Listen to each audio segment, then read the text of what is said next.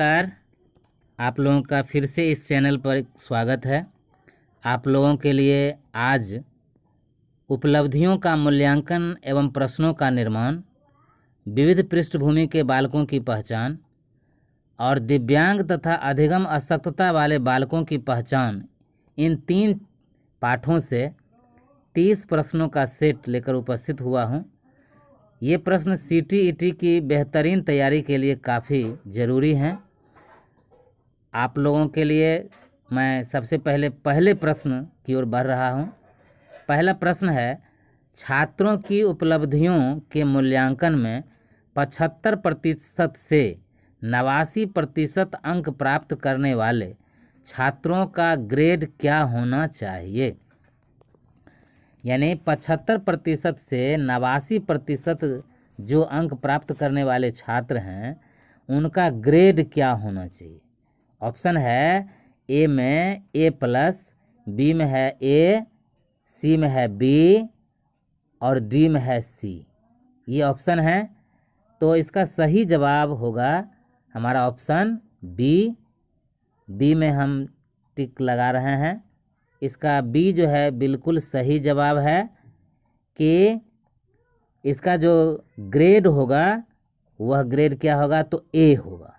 यानी A grade में ये बच्चे आएंगे 75% से 89% अंक प्राप्त करने वाले, और उससे ज़्यादा अंक प्राप्त करने वाले जो बच्चे होंगे वो A+ में आएंगे। ठीक है, अब मैं आपको दूसरे प्रश्न की ओर बढ़ाना चाहता हूँ। दूसरा प्रश्न है, उपलब्धि परीक्षण के प्रकार में कौन सही है? ए में है शिक्षक निर्मित उपलब्धि परीक्षण, बी में है मानकीकृत उपलब्धि परीक्षण, सी में है ए और बी दोनों सही, और डी में है कोई सही नहीं। तो दूसरा का सही जवाब होगा सी। दूसरा का सही जवाब सी होगा। क्या सी होगा? तो हम इस सी में मतलब सी ऑप्शन है ए और बी दोनों सही। यानी कहने का मतलब है शिक्षक निर्मित उपलब्धि परीक्षण भी है ये, और मानकीकृत उपलब्धि परीक्षण भी है। यानी उपलब्धि परीक्षण 2 प्रकार के होते हैं, एक होता है शिक्षक निर्मित उपलब्धि परीक्षण और एक होता है मानकीकृत उपलब्धि परीक्षण। ठीक है, अब हम लोग चलेंगे प्रश्न 3 की ओर। रचनात्मक मूल्यांकन में फीडबैक और स्वमूल्यांकन दोनों शामिल होते हैं। किनका कथन है ये? तो ऑप्शन ए में है ब्लैक और विलियम का, बी में है सैडलर का, सी में है क्रो और क्रो का, और डी है गार्डनर का। यानी तीसरा का जो ऑप्शन है हमारा वो बी सही है। बी में हम लोग टिक मार देंगे। तो बी में क्या है? तो यानी कहने का मतलब है कि ये जो है सैडलर का कथन है। किनका कथन है? सैडलर का। इसको याद रखना है। रचनात्मक मूल्यांकन में फीडबैक और स्वमूल्यांकन दोनों शामिल होते हैं, ये कथन है सैडलर महोदय का। तो सैडलर महोदय का ये कथन है, इसमें हम लोग बी का ऑप्शन सही है। ठीक है, अब आगे हम लोग बढ़ेंगे। हमारा चौथा प्रश्न है, रचनात्मक मूल्यांकन से डैश के बीच गंभीर बातचीत जो निरंतर बनती रहती है उसमें और परिपक्वता आ जाती है। शिक्षकों और शिक्षार्थियों के बीच, ऑप्शन ए में है। बी में है शिक्षकों और समाज के बीच, ऑप्शन सी में है बच्चों और अभिभावकों के बीच, और डी में है अध्यापकों और अभिभावकों के बीच। यानी चौथा जो प्रश्न है उसका सही जवाब है ऑप्शन ए, यानी शिक्षकों और शिक्षार्थियों के बीच। यानी रचनात्मक मूल्यांकन से शिक्षकों और शिक्षार्थियों के बीच गंभीर बातचीत जो निरंतर बनती रहती है उसमें और परिपक्वता आ जाती है। तो इसका सही जवाब जो होगा, इसका सही जवाब यानी चौथा का सही जवाब होगा शिक्षकों और शिक्षार्थियों के बीच, यानी ये ए ऑप्शन होगा। ठीक है, अब हम लोग चलेंगे प्रश्न 5 की ओर। 5वां प्रश्न है, रचनात्मक मूल्यांकन से संबंधित सबसे उपयुक्त का चयन करें। ए में है, रचनात्मक मूल्यांकन का उपयोग पाठ्यक्रम के अध्यापन को आंकने के लिए किया जाना चाहिए। बी में है, इसका उपयोग पाठ्यक्रम के अध्यापन और शिक्षा प्राप्ति को आंकने के लिए किया जाता है। सी में है, इसका उपयोग शिक्षा प्राप्ति को आंकने के लिए किया जाता है। और डी में है, कोई सही नहीं। तो 5 का सही जवाब होगा, क्या होगा सही जवाब? 5 का सही जवाब होगा बी, यानी इसका उपयोग पाठ्यक्रम के अध्यापन और शिक्षा प्राप्ति को आंकने के लिए किया जाता है। यानी रचनात्मक मूल्यांकन, रचनात्मक जो मूल्यांकन है वह, उससे संबंधित जो उपयुक्त कथन है वो ए है कि रचनात्मक मूल्यांकन का उपयोग पाठ्यक्रम के अध्यापन को आंकने के लिए किया जाना चाहिए। ठीक है, अब आगे की ओर चलते हैं। सही कथन का विकल्प क्या है? ए में है, अध्यापकों को अपने अध्यापन के दौरान मूल्यांकन के विभिन्न साधनों का उपयोग करने की आवश्यकता है। बी में है, विद्यालयों को अपने मूल्यांकन स्वयं करना चाहिए।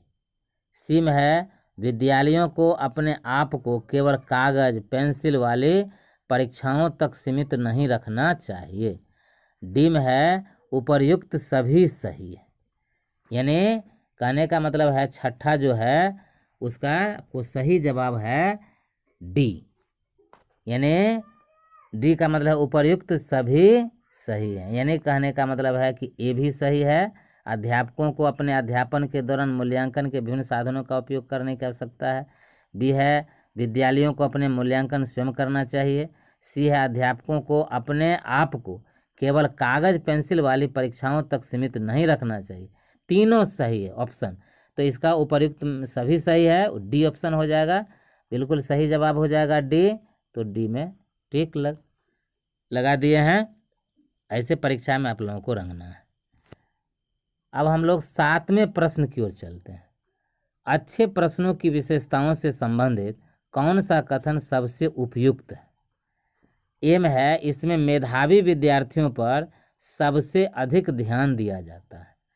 बी में है, इसमें कमजोर विद्यार्थियों पर फोकस किया जाता है। सी में है, इसमें मेधावी और कमजोर दोनों पर समान रूप से फोकस किया जाता है। और डी में है, उपर्युक्त में से कोई नहीं।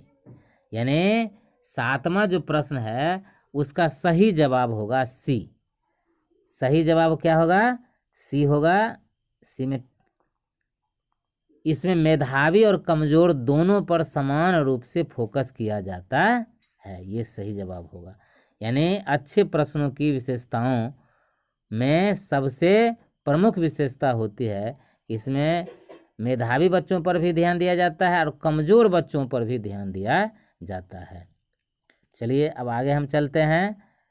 पूरक प्रकार के प्रश्नों का दूसरा नाम क्या है?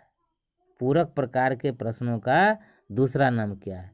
ए में है स्वच्छ उत्तर प्रश्न, बी चित्रात्मक प्रश्न, सी निर्वचनात्मक प्रश्न और डी है अनिर्वचनात्मक प्रश्न।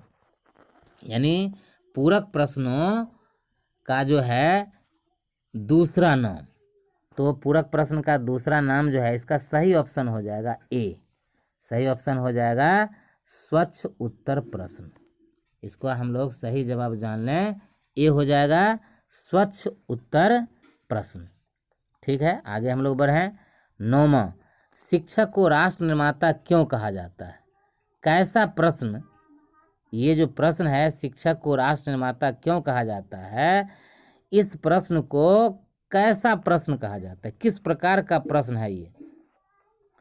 ए ऑप्शन है प्रश्नात्मक प्रश्न, बी है कथनात्मक प्रश्न, सी है ए और बी दोनों और डी है दोनों में से कोई नहीं। यानी इसका सही जवाब हो जाएगा प्रश्नात्मक प्रश्न। शिक्षक को राष्ट्र निर्माता क्यों कहा जाता है, इसका सही जवाब हो जाएगा ए, अर्थात प्रश्नात्मक प्रश्न ये प्रश्न है। ठीक है, तो हम लोग प्रश्नात्मक प्रश्न में ठीक लगा लेंगे। 9वां का सही जवाब हो जाएगा प्रश्नात्मक प्रश्न। ठीक है, आगे हम लोग चलें। 10वां है, किन प्रश्नों में वस्तुनिष्ठता और विश्वसनीयता की कमी होती है। यानी ऐसे कौन से प्रश्न हैं जिसमें वस्तुनिष्ठता यानी ऑब्जेक्टिविटी और विश्वसनीयता यानी बिलीफ जो है उसमें कमी होती है। तो ऑप्शन है निबंधात्मक प्रश्न में, बी है लघुत्तरीय प्रश्न में, सी है अति लघुत्तरीय प्रश्न में, और डी है चित्रात्मक प्रश्न में। यानी 10वां का जो है सही जवाब हो जाएगा ए, यानी निबंधात्मक जो प्रश्न हैं, यानी ऐसे प्रश्न जिनके उत्तर जो है बड़े हैं, यानी निबंध टाइप के उत्तर हैं। इसमें किसी एक चीज़ पर फोकस नहीं होता है। इसमें अगर कहा जाएगा किसी एक चीज़ पर फोकस मतलब ऑब्जेक्टिविटी, किसी खास चीज़ पर ऑब्जेक्टिविटी नहीं होती है, तो ये निबंधात्मक प्रश्न होते हैं जिसमें वस्तुनिष्ठता और विश्वसनीयता की कमी होती है। अब 11वां प्रश्न की ओर चलेंगे। ऐसे प्रश्न जिनके जरिए विविध विषयों से संबंधित ज्ञान की परीक्षा ली जाती है, यानी विभिन्न विषयों से संबंधित ज्ञान की परीक्षा ली जाती है, उनको क्या कहा जाता है। ए में है चित्रात्मक प्रश्न, ए में चित्रात्मक प्रश्न, बी में लघुत्तरीय प्रश्न, सी में निर्वचनात्मक प्रश्न, और डी है अति लघुत्तरीय प्रश्न। तो 11 का सही जवाब यानी 11 का सही जवाब 11 का सी होगा, निर्वचनात्मक प्रश्न। ऐसे प्रश्न जिनके जरिए विविध विषयों से संबंधित ज्ञान की परीक्षा ली जाती है, तो ये हो गए निर्वचनात्मक प्रश्न। ये इसका सही जवाब हो जाएगा सी, 11 का सही जवाब सी हो जाएगा, निर्वचनात्मक प्रश्न। अब हम लोग चलेंगे 12वां, आलोचनात्मक चिंतन की एक ऐसी प्रक्रिया है जिसके अंतर्गत किसी भी वस्तु, विषय इत्यादि के डैश पहलुओं के बारे में विचार किया जाता है। ए ऑप्शन है सकारात्मक पहलू के बारे में, बी है नकारात्मक पहलू के बारे में, सी है सकारात्मक एवं नकारात्मक, और डी है स्वीकारात्मक। यानी आलोचनात्मक चिंतन की एक ऐसी प्रक्रिया है जिसके अंतर्गत किसी भी विषय इत्यादि के डैश पहलुओं के बारे में विचार किया जाता है। यानी सकारात्मक पहलू के बारे में, नकारात्मक पहलू के बारे में, सकारात्मक और नकारात्मक दोनों पहलू के बारे में, स्वीकारात्मक पहलू के बारे में। तो इसका सही जवाब हो जाएगा सी इसका सही जवाब है, इसको टिक लगा दिए। आगे हम लोग यानी सकारात्मक और नकारात्मक दोनों पहलुओं पर विचार किया जाता है। ठीक है, आगे बढ़ते हैं। अब जो प्रश्न है वो चैप्टर है विविध पृष्ठभूमि के बालकों की पहचान से संबंधित। अब 13वां सवाल पर आते हैं। समाज के सभी वर्गों के बच्चों को शिक्षा की मुख्य धारा में शामिल कर उन्हें शिक्षा के समान अवसर उपलब्ध कराना डैश कहलाता है। समाज के सभी वर्गों के बच्चों को शिक्षा की मुख्य धारा में शामिल कर उन्हें शिक्षा के समान अवसर उपलब्ध कराना क्या कहलाता है। सर्व शिक्षा, समग्र शिक्षा, समावेशी शिक्षा, समावेशी शिक्षा। यानी 13वां प्रश्न जो है उसका सही जवाब हो जाएगा सी, यानी समावेशी शिक्षा। आप लोग जान लें कि समावेशी शिक्षा जो होती है उसमें समाज के सभी बच्चों, सभी वर्गों के बच्चों को मुख्य धारा में एक साथ शामिल करके उनको शिक्षा का समान अवसर उपलब्ध कराने की व्यवस्था की जाती है, समावेशी शिक्षा। ठीक है, आगे हम लोग बढ़ते हैं। 14वां प्रश्न है। समावेशी शिक्षा में शिक्षक के सामाजिक आर्थिक स्तर का अधिक महत्व नहीं है, इसमें सर्वाधिक महत्वपूर्ण है। ए में विद्यार्थियों की क्षमता का ज्ञान, बी है विद्यार्थियों की अक्षमताओं का ज्ञान, और सी है विद्यार्थियों की कुशलता का ज्ञान, और डी है उपर्युक्त में से कोई सही नहीं। तो समावेशी शिक्षा में शिक्षक के सामाजिक आर्थिक स्तर का अधिक महत्व नहीं है, इसमें सबसे अधिक महत्वपूर्ण क्या है? तो विद्यार्थियों की क्षमता का ज्ञान, विद्यार्थियों की अक्षमता का ज्ञान। तो इसका जो है सही जवाब हो जाएगा विद्यार्थियों की अक्षमताओं का ज्ञान, यानी बी जो है इसका सही जवाब है। बी इसका सही जवाब है विद्यार्थियों की अक्षमताओं का ज्ञान। चूंकि हमको विद्यार्थी की अक्षमता क्या है, कमजोरी क्या है, इसका ज्ञान हमको होगा, तभी हम उसके बारे में योजनाएं बनाएंगे, उसके बारे में हम जो है विभिन्न तरह की मतलब बातें रखेंगे, प्लानिंग बनाएंगे कि उनकी इन अक्षमताओं को दूर करने के लिए हम क्या कर सकते हैं। तो उसमें शिक्षकों को सबसे ज़्यादा ज़रूरी है विद्यार्थियों की अक्षमताओं का ज्ञान होना चाहिए। अब हम लोग 15वें प्रश्न की ओर चलते हैं। समाज के पिछड़े एवं निर्धन वर्ग की आवश्यकताओं को देखते हुए ही मध्याह्न भोजन स्कीम को लागू किया गया ताकि डैश को शिक्षा से दूर रहने का बहाना न बनाया जाए। ए में है अभाव, बी में है भूख, सी में है गरीबी और डी में है बेरोजगारी। अभाव, भूख, गरीबी, बेरोजगारी। यहाँ ये जो है डी है, इसको हम लोग डी मान लेंगे, ये डी है ऑप्शन, बेरोजगारी है। तो इसका जो है सही जो जवाब होगा वो होगा भूख, यानी समाज के पिछड़े एवं निर्धन वर्ग की आवश्यकताओं को देखते हुए ही मध्याह्न भोजन स्कीम को लागू किया गया ताकि भूख को शिक्षा से दूर रहने का बहाना न बनाया जाए। तो इसका सही जवाब हो जाएगा बी, यानी भूख हो जाएगा। यानी पहले क्या होता था कि ये बहाना बना दिया जाता था कि बच्चे भूखे हैं, परिवार उनके रोजी रोटी माने रोटी की व्यवस्था नहीं कर पा रहा है, तो भूखे बच्चे किस तरह से पढ़ सकते हैं। तो भूख को जो बहाना बनाया गया, तो इसी को दूर करने के लिए मध्याह्न भोजन स्कीम को लागू किया गया। अब 16वां प्रश्न की ओर चलते हैं। समावेशी शिक्षा के उद्देश्यों में कौन सा विकल्प असत्य है?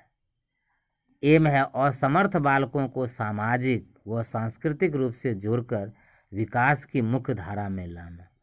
बी में है अक्षम बालकों की समस्या का पता लगाकर उनके निवारण का प्रयास करना।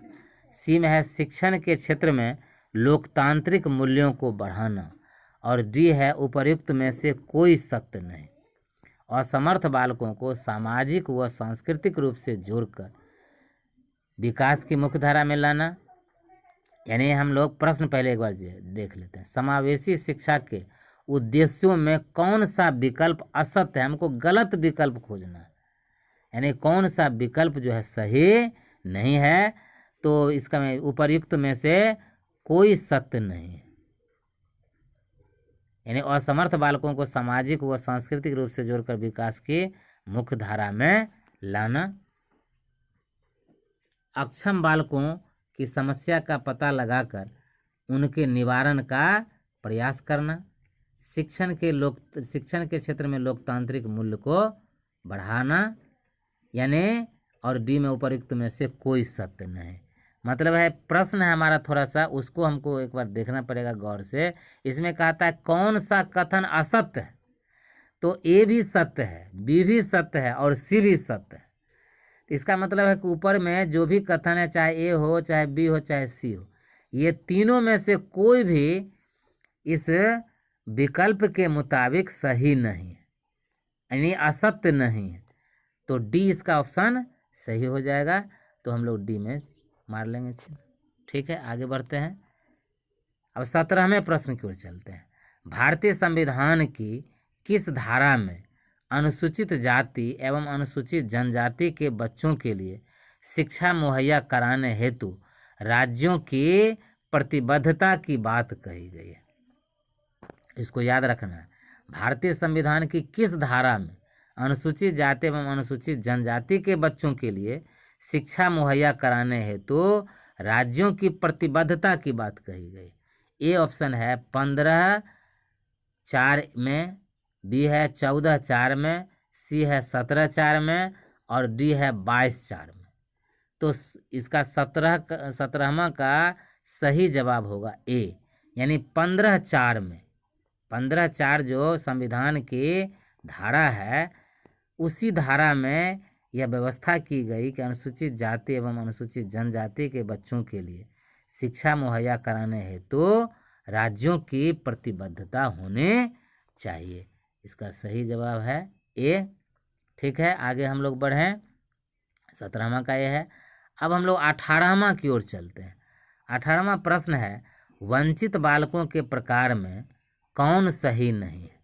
ए में है अनुसूचित जाति जनजाति के बालक, बी है आर्थिक दृष्टि से वंचित बालक, सी है अधिगम अयोग्यता वाले बच्चे और डी है अधिगम योग्यता वाले बच्चे। वंचित बालकों के प्रकार में कौन सही नहीं है? तो 18 का डी हो जाएगा, अधिगम योग्यता वाले बच्चे। वंचित बालकों में कौन सही नहीं, यानी अनुसूचित जाति जनजाति के बालक ये सही है। आर्थिक दृष्टि से वंचित बालक भी उसी में आते हैं, वंचित बालक में भी आते हैं। अधिगम अयोग्यता वाले बच्चे जो है वो उसी में आते हैं। और डी जो अधिगम योग्यता वाले बच्चे हैं वो वंचित बालकों की श्रेणी में नहीं आते हैं। तो कौन सही नहीं है? तो डी सही नहीं है। डी में लोग टिक लगा लिए, 18 का डी हो जाएगा। हम लोग आगे चलें। 19वां, अनुसूचित जातियों एवं जनजातियों को शिक्षा की मुख्य धारा में लाने के लिए आप कौन सा सुझाव देना चाहेंगे? ए, निर्धन वर्ग के परिवारों को अपने 6 से 14 वर्ष के बच्चों को स्कूल भेजने के लिए प्रोत्साहन दूंगा। बी में स्कूल भवन एवं प्रौढ़ शिक्षा केंद्र इत्यादि का स्थान चयन करते समय अनुसूचित जाति एवं अनुसूचित जनजाति का विशेष ध्यान दिया जाना चाहिए। सी है व्यापक पैमाने पर आदिवासी क्षेत्रों में आवासीय विद्यालय खोला जाए और डी है उपर्युक्त सभी। तो यानी अनुसूचित, प्रश्न एक बार हम लोग जान लें, अनुसूचित जातियों एवं जनजातियों को शिक्षा की मुख्य धारा में लाने के लिए कौन सा सुझाव देंगे? तो ये जितने भी सुझाव हैं सभी सुझाव सही हैं। तो इसका सही जवाब हो जाएगा डी, यानी उपर्युक्त सभी। चलिए आगे बढ़ते हैं। 20वां सवाल अब है। 20वां सवाल की है, विविध पृष्ठभूमि के बच्चों के उचित समावेशन के लिए सुझाव के क्रम में अनुसूचित जाति और अनुसूचित जनजाति के बच्चों की विद्यालय व्यवस्था का प्रबंध करना किस प्रकार का सुधार है? एम है संस्थानगत सुधार, बी है विद्यालय पाठ्यचर्या में सुधार, सी है शिक्षण शास्त्र में सुधार और डी है भाषा के संदर्भ में सुधार। यानी 20 का सही जो है ए होगा, संस्थानगत सुधार। यानी विविध पृष्ठभूमि के बच्चों के उचित समावेशन के लिए सुझाव के क्रम में अनुसूचित जाति और अनुसूचित जनजाति के बच्चों की विद्यालय व्यवस्था का प्रबंध करना किस प्रकार का सुधार है? तो यह सुधार है संस्थानगत सुधार। यानी हम लोग ए में टिक मार लिए। ठीक है, आगे बढ़ें। चूँकि वो संस्था से संबंधित है इसलिए संस्थानगत सुधार है। अब 21वां सवाल, एक बालक जो शारीरिक दोषों से ग्रस्त है उसमें हीनता की भावना उत्पन्न हो जाती है। इस प्रकार की भावना से बालक को थोड़ी सी संतुष्टि हो जाती है। इस प्रकार की भावना से बालक को थोड़ी सी संतुष्टि और प्रसन्नता मिलती है। वह इसकी क्षतिपूर्ति, प्रतिष्ठा, श्रेष्ठता या प्रसिद्धि प्राप्त करके करना चाहता है। कथन किस मनोवैज्ञानिक का है? यानी यह जो कथन है वह किस मनोवैज्ञानिक का कथन है? तो हम लोग ये कथन है ए एडलर का कथन है। 21 का सही जवाब ए हो जाएगा और ये कथन है ए एडलर का। एडलर महोदय जो बहुत प्रसिद्ध मनोवैज्ञानिक थे उनका कथन है। ठीक है, आगे बढ़ें। अब 22वां, एक छात्र बार बार अध्यापक से निर्देशों और प्रश्नों को दोहराने के लिए निवेदन करता है। वह किस अक्षमता से पीड़ित है? किस अक्षमता? श्रवण अक्षमता, वाणी अक्षमता, दृष्टि अक्षमता, किसी से नहीं। तो 22 का जो है सही जवाब हो जाएगा ए, यानी श्रवण अक्षमता। 22 का सही जवाब ए है। यानी एक छात्र बार बार अध्यापक से निर्देशों और प्रश्नों को दोहराने के लिए निवेदन करता है वह किस अक्षमता से पीड़ित है, तो श्रवण अक्षमता से पीड़ित है। इसका सही जवाब हो जाएगा श्रवण अक्षमता।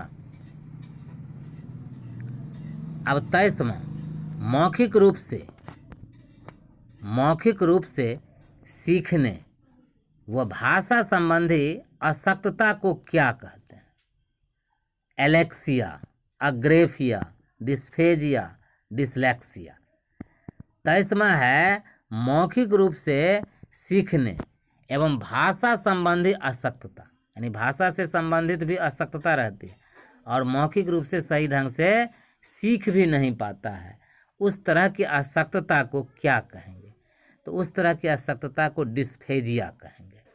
यानी 23वां का सही जवाब सी हो जाएगा, ये हो जाएगा हमारा डिस्फेजिया। ठीक है, आगे हम लोग चलें। मस्तिष्क में किसी प्रकार की क्षति के कारण पढ़ने में अक्षमता को डैश कहा जाता है। मस्तिष्क में कहीं चोट लग गई या किसी प्रकार की क्षति हो गई, उसके कारण बच्चे ठीक से पढ़ नहीं पाते हैं, उस तरह की जो अक्षमता होती है उसको क्या कहते हैं? किस तरह की बीमारी कहेंगे? डिसलेक्सिया कहेंगे, अलेक्सिया कहेंगे, अप्रेक्सिया कहेंगे या डिस्ग्राफिया कहेंगे? तो 24 का हो जाएगा बी, 24 का बी हो जाएगा, अलेक्सिया हो जाएगा। ये मस्तिष्क में किसी प्रकार की क्षति के कारण पढ़ने में अक्षमता को अलेक्सिया कहेंगे। अब 25वां, अप्रेक्सिया का कारण क्या है? अप्रेक्सिया जो बीमारी है उसके कारण क्या है? ए में है मस्तिष्क के सेरिब्रम में क्षति, बी है मनोविकार, सी है हाथ, हथेली या अंगुली संबंधी गड़बड़ियाँ और डी है उपर्युक्त में से कोई नहीं। यानी अप्रेक्सिया का मुख्य कारण जो है क्या है?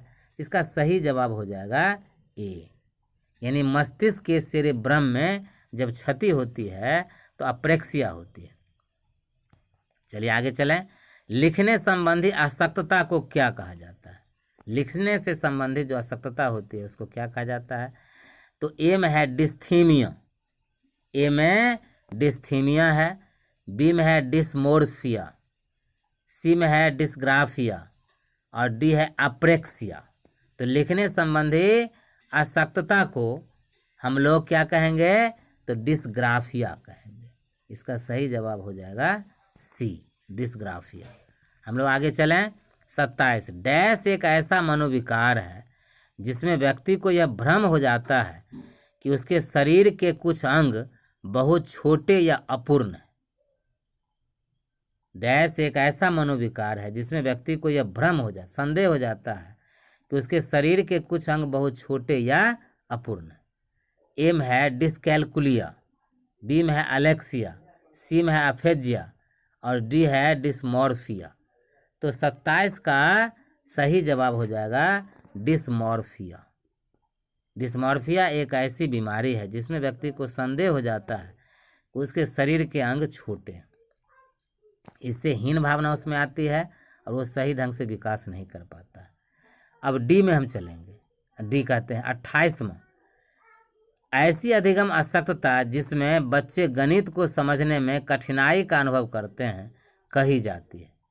ऐसी अधिगम अशक्तता जिसमें बच्चे गणित को समझने में कठिनाई का अनुभव करते हैं उसको क्या कहेंगे? ए में अप्रेक्सिया, बी में डिस्कैलकुलिया, सी में डिस्थीमिया और डी है डिस्मॉर्फिया। तो इसको कहेंगे डिस्कैलकुलिया, यानी उसे कैलकुलेशन से संबंधित दिक्कत होती है तो डिस्कैलकुलिया याद रखेंगे, मतलब गणित समझने में कठिनाई होती है उसको डिस्कैलकुलिया कहेंगे। ठीक है, आगे चलेंगे। 29वां, अधिगम अशक्तता वाले छात्रों की पहचान से संबंधित तथ्यों में कौन सही है? ए है विद्यार्थी उचित प्रकार से पढ़ नहीं पाता यद्यपि उसके मौखिक उत्तर बुद्धिमत्तापूर्ण होते हैं।